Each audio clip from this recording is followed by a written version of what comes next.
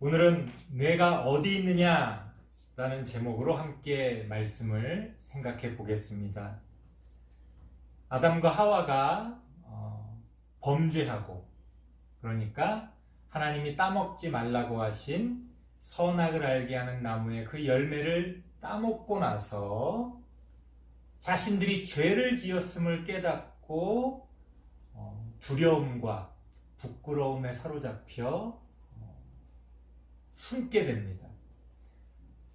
하나님 앞에서 우리가 숨을 수 없습니다만, 그럼에도 불구하고 그 두려움과 그 부끄러움이 하나님을 피해 숨게 만든 겁니다. 하나님은 어디 있는 줄 아셨겠지만 짐짓 모르는 척 아담과 하와를 부르십니다. 뭐라고 부르십니까? 너가 어디 있느냐 하고 부르셨다는 거예요. 이거는 의미가 있습니다. 왜? 하나님이 모르지 않으셨을 텐데 그럼에도 불구하고 모른 척 하시면서 너가 어디 있느냐라고 부르셨다는 거예요. 물론 이것은 아담과 하와가 범죄한 이후에 아마도 그것을 책망하시고 그 문제를 드러내시기 위해 하나님께서 이렇게 부르셨던 것입니다. 하지만 우리의 삶 가운데서도 하나님이 이렇게 우리를 부르실 수 있다는 거죠. 아담과 하와처럼 우리가 꼭 범죄한 그런 어떤 상태는 아닐지라도 우리가 살아가는 모든 순간순간마다 오늘 본문에 나오는 하나님의 이 질문, 너가 어디 있느냐라고 하는 이 질문에 대한 대답을, 응답을 우리가 할 수 있어야 한다는 겁니다.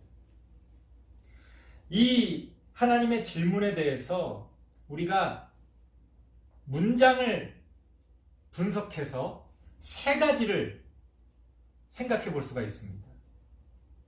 하나님이 누구를 부르십니까? 너를 부르신다는 거예요. 나를 부르신다는 거예요. 간혹 우리가 어떤 문제들이 생길 때 아주 흔히 하는 변명이 있습니다. 남들도 그렇게 하던데요? 다른 사람은 왜요? 다른 사람이 그렇게 말하던데요? 우리가 어쨌는데요? 물론 나 말고 다른 사람이 어떻게 하는지, 또 남들이 어떠한지 그런 것도 중요합니다. 하지만 신앙이라는 것은, 기독교 신앙이라는 것은 우리 한 명 한 명에게 아주 개인적으로 그렇게 하나님이 다가오시는 문제라는 거예요. 남들은 됐고, 남들은 나중 문제고, 너는 어떠냐 이거예요. 너는 나를 믿느냐? 너의 마음은 어떠냐? 너는 지금 무엇을 하고 있느냐? 너는 지금 어떤 상태냐? 하나님께서는 이렇게 나에 대해, 우리 한 명 한 명에 대해서 관심을 가지시고 질문을 하고 계신다는 겁니다. 사실 남들에게 묻혀서 그냥 사람들 사이에서 어떤 것들을 반응하고 대답하고 행하는 것은 편합니다. 아주 편리합니다. 부담이 없죠. 그냥 적당히 남들 하는 대로, 남들 하는 대로 안 하더라도 그 무리 가운데 숨어서 부담 없이 우리는 아주 중요한 문제들을 그저 넘어가 버립니다. 하지만 하나님께서는 구체적으로 우리를 콕 집어서 질문하신다는 거예요. 너는 어떠냐 이거예요. 하나님이 어떤 사람입니까? 하나님은 어떤 사람이라고 교회에서 가르쳐 주던데요. 신앙이라는 거는 뭐라고 목사님이 가르쳐 주시던데요. 그 문제에 대해서 사람들은 대충 그렇게 생각하던데요. 하나님은 우리에게 질문하시는 거예요. 너는 어떻게 생각하냐는 거예요. 너는 어떠냐는 거예요. 굉장히 부담스럽습니다. 그렇죠? 굉장히 부담스러워요. 하지만 우리는 그러한 하나님의 부름에 응답할 수 있어야 한다는 거예요. 그것이 우리의 신앙입니다. 두 번째는 뭡니까? 내가 어디 있느냐, 너가 어디 있느냐에서 두 번째는 어디죠, 어디. 우리가 어디 있는지가 중요하다는 거예요. 이건 우리의 삶의 자리를 이야기하는 겁니다. 내가 어디에 있는지가 내가 앞으로 무엇을 하고 어디로 갈지를 결정합니다. 내가 부산을 가겠다고 마음을 먹었어요. 그런데 내가 서울역에 있다. 그거는 부산을 가기 위한 한 과정일 수 있지. 그런데 내가 어디를 가기로 했는데 내가 지금 여전히 그저 내 방에서 컴퓨터를 켜놓고 게임만 하고 있다. 그건 내가 어디를 간다는 보장이 없는 거죠. 물론 좀 있다가 컴퓨터를 끄고 어디를 갈 수도 있습니다. 하지만 지금 우리가 어떤 자리에 있느냐에 따라 우리가 어떤 사람인지가 결정됩니다. 사실 우리가 미래를 다 알고 이렇게 나가는 게 아니에요. 목사님이 목사가 될 줄 알았을까요? 몰랐습니다. 지금 어른들이 지금처럼 살게 될지 어렸을 때 알았을까요? 몰랐습니다.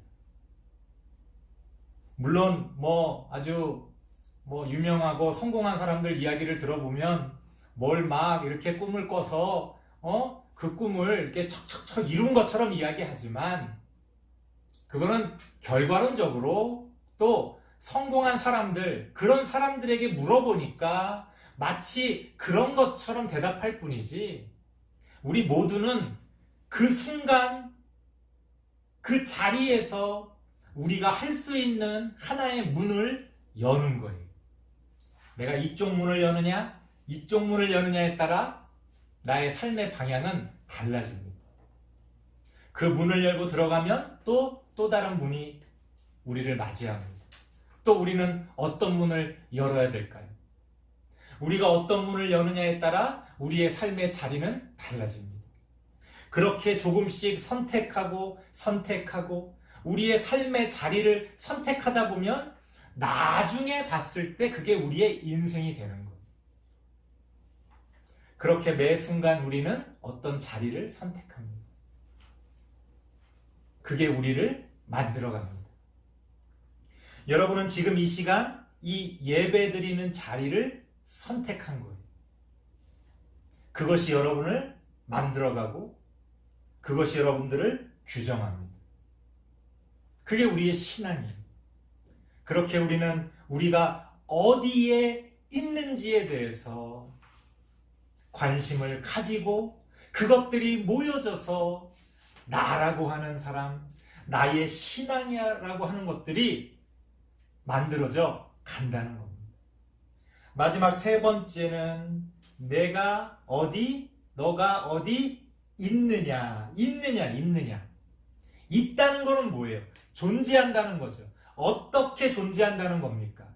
내가 어떤 모습으로 있는 거예요? 어려운 말로 이거를 실존이라고 이야기합니다. 내가 어떤 생각으로, 어떤 모습으로, 어떤 사람으로 나는 있느냐? 난 누구냐? 난 어떤 사람이냐? 나의 정체성과 나의 가치관과 그러한 나를 규정할 수 있는 것들이 지금 여기에 있습니다. 그렇게 우리는 존재하는 거예요. 여러분은 어떤 모습으로 존재하고 있습니까? 여러분은 누굽니까? 여러분은 어떤 생각을 하고 어떤 기대를 하고 어떤 거를 하고 싶은 사람입니까? 여러분은 어떤 꿈을 가지고 있습니까? 우리는 어디에서 하지만 어떤 식으로 존재할지에 대해서 선택할 수 있다는 거예요. 지금 이 시간 저는 목사로서 하나님의 말씀을 가르치는 선생으로서 이곳에 존재합니다. 여러분은 하나님의 말씀을 배우는 학생으로서 하나님의 자녀로서 존재합니다. 만약에 여러분들이 지금 이 시간에 다른 행동을 하고 다른 데 관심을 갖고 딴짓을 한다면 그거는 여기에 있지만 장소는 여기지만 그거는 이 장소에 맞는 그런 존재로 존재하는 건 아니지요. 그렇죠? 몸은 여기에 있지만 마음은 다른 형태로 존재하는 겁니다. 사실 이 세 가지가 하나로 맞아 떨어졌을 때 열매를 맺는 거예요. 너가, 내가 어디에 그리고 어떻게 존재하느냐, 있느냐.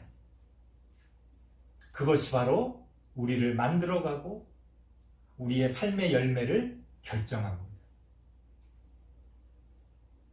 단지 오늘 성경에서 하나님이 아담을 부르시면서 너가 어디 있느냐?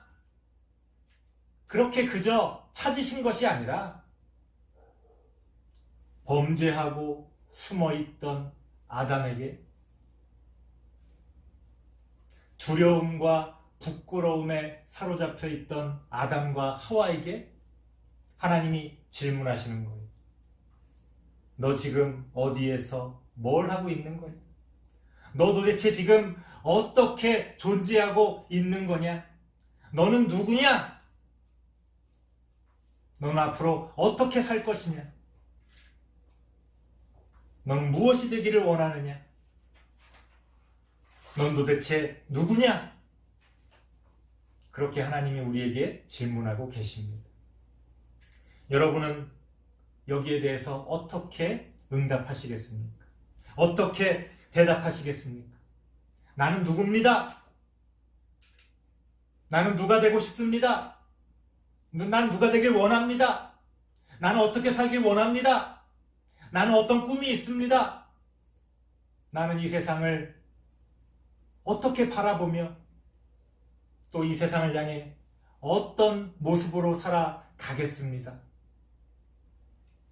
여러분의 그러한 대답이, 응답이 지금 이 시간을 통해 준비되어지길 바랍니다. 기도하겠습니다. 하나님 감사합니다. 내가 어디 있느냐? 지금 너가 어디 있느냐 물으시는 하나님의 그 질문에 대해서 우리가 당장 손쉽게 대답할 수는 없지만 내가 지금 어디에 존재하는지 질문하며 그 질문에 대답하기 위해 열심히 살아가는 우리가 되어질 수 있도록 하나님 함께하여 주시옵소서. 예수님의 이름으로 기도드리옵나이다. 아멘.